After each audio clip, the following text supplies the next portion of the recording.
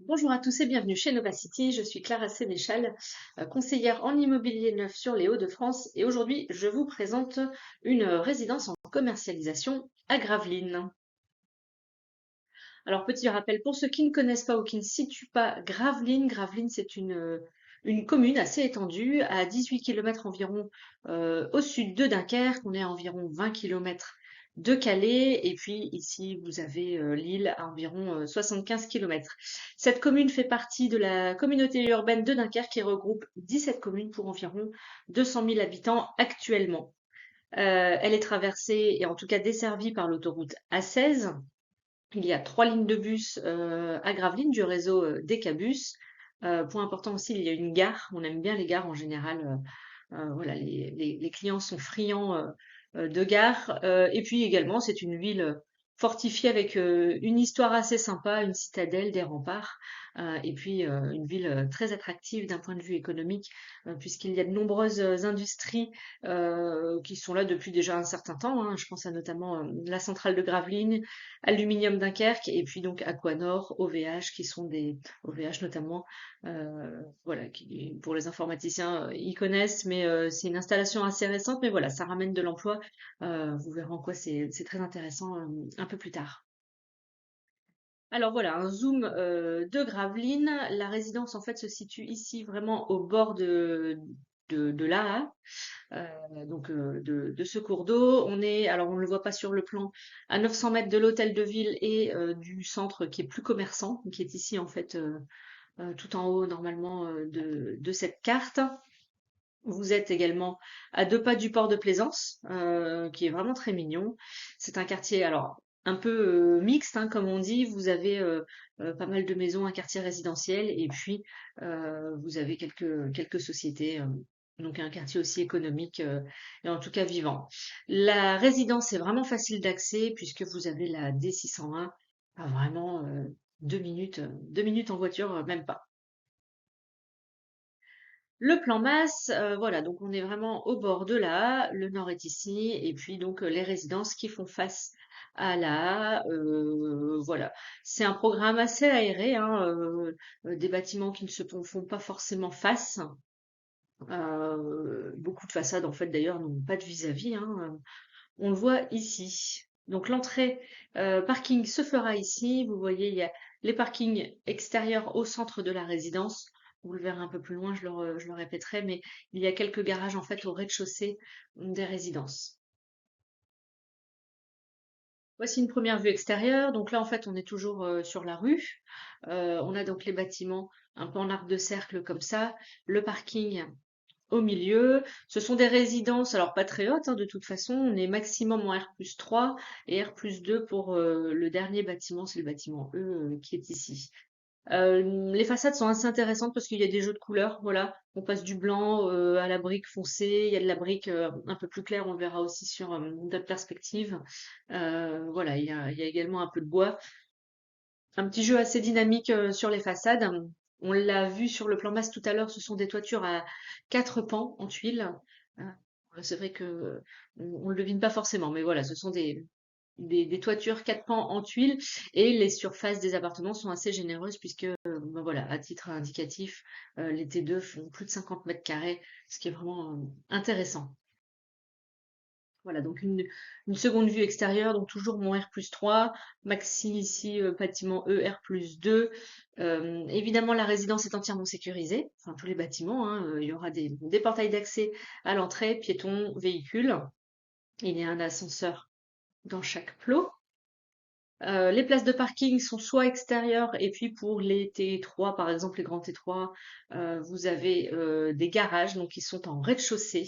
On ne les voit pas en fait, ils sont côté intérieur hein, puisqu'ici vous avez pour les appartements au rez-de-chaussée des rez-de-jardin assez sympas d'ailleurs, voilà avec une vue également assez sympa et évidemment des balcons pour tous les autres appartements dans les étages.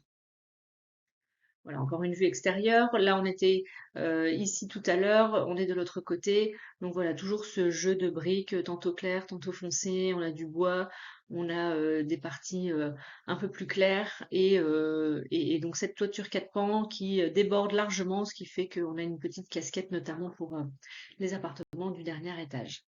J'ai encore une perspective. Donc là, si on est côté rue, l'entrée, donc stationnement, se fera voilà, plutôt au début de la rue. Et donc voilà, on voit bien les balcons bien séparés dans les étages. Voilà, en fait, quand on est chez soi, on n'a pas de vis-à-vis, c'est ça qui est intéressant. Et donc, une dernière perspective, on est toujours du côté de la rue, ici. Concernant les prestations, la résidence sera construite sous la norme RT 2012. Voilà, donc c'est pas la dernière en date, mais en tout cas, c'est une norme qui est déjà très intéressante d'un point de vue économie d'énergie. Les pièces sèches seront équipées d'un parquet stratifié. Alors vous avez toujours le choix dans le coloris, hein, le promoteur, le constructeur vous convie toujours à choisir parmi 6, 7, 8, 10 parquets stratifiés différents. Idem pour la pièce humide, donc notamment ici la salle de bain, vous avez le choix dans coloris du carrelage qui est en grès cérame. Faïence murale, je ne l'ai pas précisé, mais évidemment pareil, vous avez le choix dans le coloris de la faïence. Donc en fait c'est faïencé sur les 3 côtés de la baignoire ou sur les 2, 3 côtés de la douche. La salle de bain est toujours équipée, hein, donc c'est toujours et ou baignoire selon la typologie, selon le plan de l'appartement. Vous avez toujours le meuble vasque, le miroir, bandeau lumineux, le sèche-serviette, voilà. Le chauffage sera produit par une chaudière individuelle à gaz et enfin les volets roulants seront motorisés. Alors quels sont les points forts de ce programme? Je le disais tout à l'heure, en fait, Gravelines est passé en zone B1. Voilà, donc en fait, c'est ce qui rend l'ensemble très intéressant, en fait, hein. Alors, ces 3 points-là, finalement, vont de pair. Gravelines est passé en zone B1. C'est un emplacement stratégique que l'on soit investisseur ou en résidence principale. Pourquoi? Parce que les investisseurs peuvent continuer à investir en Pinel cette année, voilà, donc l'année 2024. Et puis la résidence principale, pourquoi? Parce que Gravelines étant passé en zone B1, pour les primo-accédants, vous avez, et il faut d'ailleurs se renseigner, le droit au prêt à taux zéro. C'était pas possible l'année dernière sur cette résidence ou même sur toutes les résidences à Gravelines. Donc voilà, le nouveau prêt à taux zéro, très très intéressant pour la résidence principale en zone B1. Gravelines étant passé en zone B1, ça veut dire que c'est aussi un passage en Pinel pour sur cette commune. C'est pas anodin. Pourquoi c'est passé en B1? Parce qu'il y a aussi une forte demande locative aujourd'hui et aussi à l'avenir, hein, puisqu'on l'a vu que on a vu que dans le Dunkerquois, en fait, il y allait se passer beaucoup de choses. Il y a pas mal d'articles hein, qui circulent en ce moment, on en parle beaucoup à la télé. Il y a des usines qui arrivent, des gros sièges sociaux.